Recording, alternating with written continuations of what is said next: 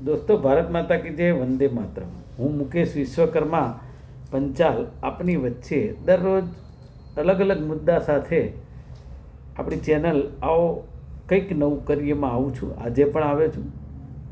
સૌથી પહેલાં વિશ્વાસઘાતથી બચવું જોઈએ, આજનો મૂળ મંત્ર છે. હવે સમાચારની શરૂઆત કરીએ. મુદ્દો એવો છે કે શીતલ રેસ્ટોરન્ટ એમાંથી મગાવેલું જમવાનું અને એ બાળકી અને એના ઘરના લોકો ખાય અને એમને એન કેન પ્રકારે પ્રોબ્લેમ થાય. એ બાળકી જે નાની છે એને કંઈક વધારે અસર થઈ. સવારે એને એડમિટ કરીને એણે દમ તોડી દીધો. વાત અહીંયા સૌથી મોટી એ છે કે જે બાળકી ભગવાનના ઘરે જતી રહી, એના ઘરમાં જે રુદન છે, એના ઘરના પરમાત્મા, પરમ કૃપાળુ પરમાત્મા એમને સહન કરવાની શક્તિ આપે. ખાસ કરીને કહેવાની વાત એવી છે કે આ ભારતીય જનતા પાર્ટીની સરકારમાં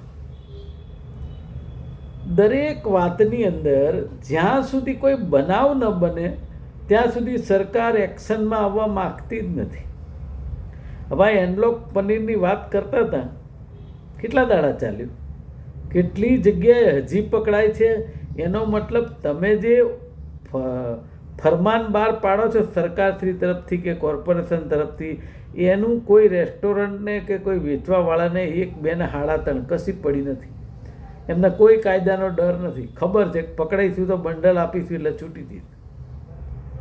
આ હોટલોવાળાની માનસિકતા આ છે, પનીર વેચવાવાળાની માનસિકતા આ છે, અને જે ગુનેગારો છે એની માનસિકતા આ છે. અને આ જ રીતે માણસો મરતા રહેવાના અને સરકાર તમાશો જોયા કરશે.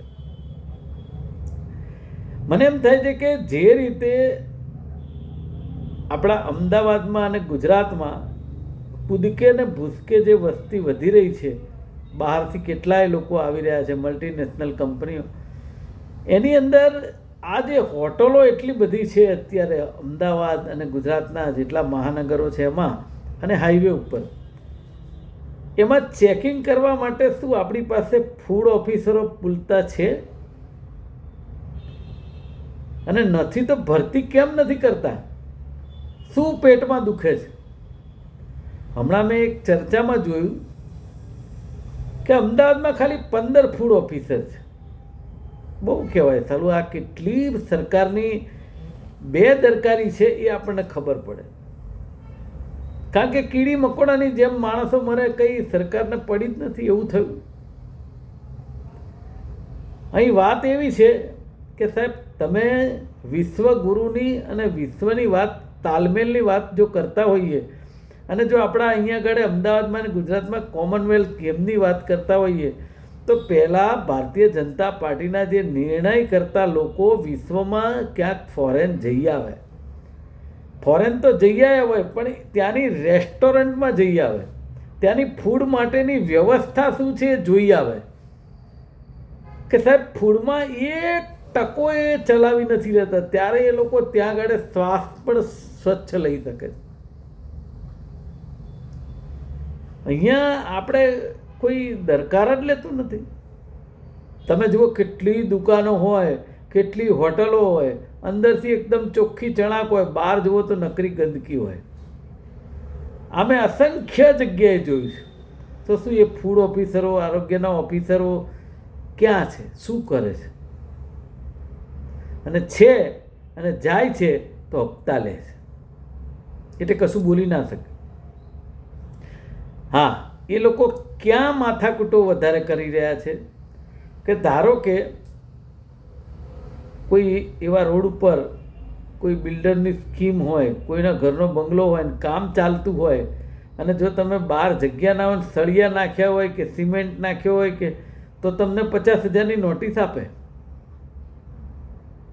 પણ જ્યાં સેટિંગ ચાલતું હોય કોર્પોરેશનના ઓફિસરનું અને પોલીસનું, ત્યાં કશું નહીં કરે. જે રીતે આપણે જોઈએ છે ને, કાયદોની વ્યવસ્થા છે પણ દારૂ બધે મળે છે. આ એ જ પરિસ્થિતિનું નિર્માણ છે. તો મને એમ થાય છે તો શેના માટે તમે પનીરની વાત જ કરો છો ને, જે સારું ફૂડ અપાઈશું એવી વાત કરો છો? એમ કહો ને કે તમે તમારા ભરોસે જે ખાવું હોય ખાઓ અને જેમ જીવવું એમ જીવો, જીવો અથવા મરો, સરકારને કોઈ લેવા દેવા નથી. માત્ર અમને ટેક્સ આપ્યા કરો, અમને મત આપ્યા કરો અને તમે યાતનાઓ ભોગવ્યા કરો. આ ફરમાન બહાર પાડવાની જરૂર છે આપણા લોકલાડીલા વડાપ્રધાને અને ગુજરાતના મુખ્યમંત્રીએ. અમે કંઈ નહીં કરી શકીએ, આ નક્કી વાત છે. કોઈ પણ બનાવ બને એટલે એવી ડ્રાઈવ ચાલે સાહેબ કે તમે નિર્દોષે મરી જાય, અને જેવા 4-5 દાડા થયા ઓફિસરો થાકી ગયા એટલે તરત એ ડ્રાઈવ બંધ. આ ના હોય, આ ન ચાલે.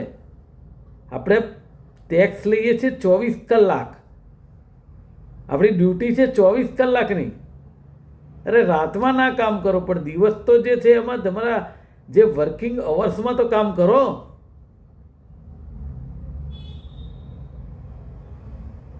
કેટલી ધૃણાસ્પદ બાબત છે, છતાં પણ એના ઉપર હજી તપાસ થશે. પેલા હમણાં ગ્રાહક સુરક્ષા જે હોટલના જે એસોસિએશનના ઉપપ્રમુખ હતા, એકદમ નિર્લજ્જ થઈને જવાબ આપે છે કે એ રેસ્ટોરન્ટમાં એમ કે 1000 જણા જમી ગયા, એમને કંઈ ના થયું. અરે ભાઈ, આપણે આ બાળકી મરી ગઈ એની વાત છે, 1000ને થયું કે ના થયું એ અમારે લેવા દેવા નથી. પણ મૂળ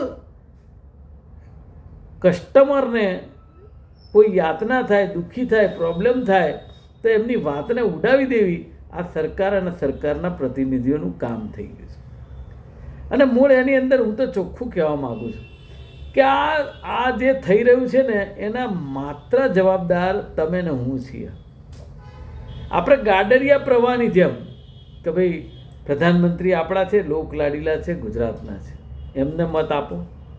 ગુજરાતની અંદર 30 વર્ષથી ગાડરિયા પ્રવાહની જેમ સરકાર છે.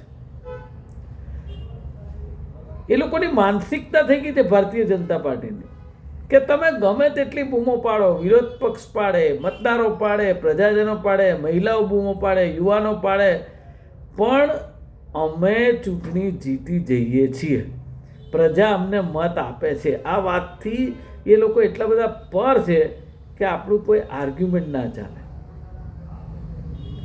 સમજવાની જરૂર ગુજરાતની જનતાએ છે. આજે બસ આટલું જ. આપનો ખૂબ ખૂબ આભાર.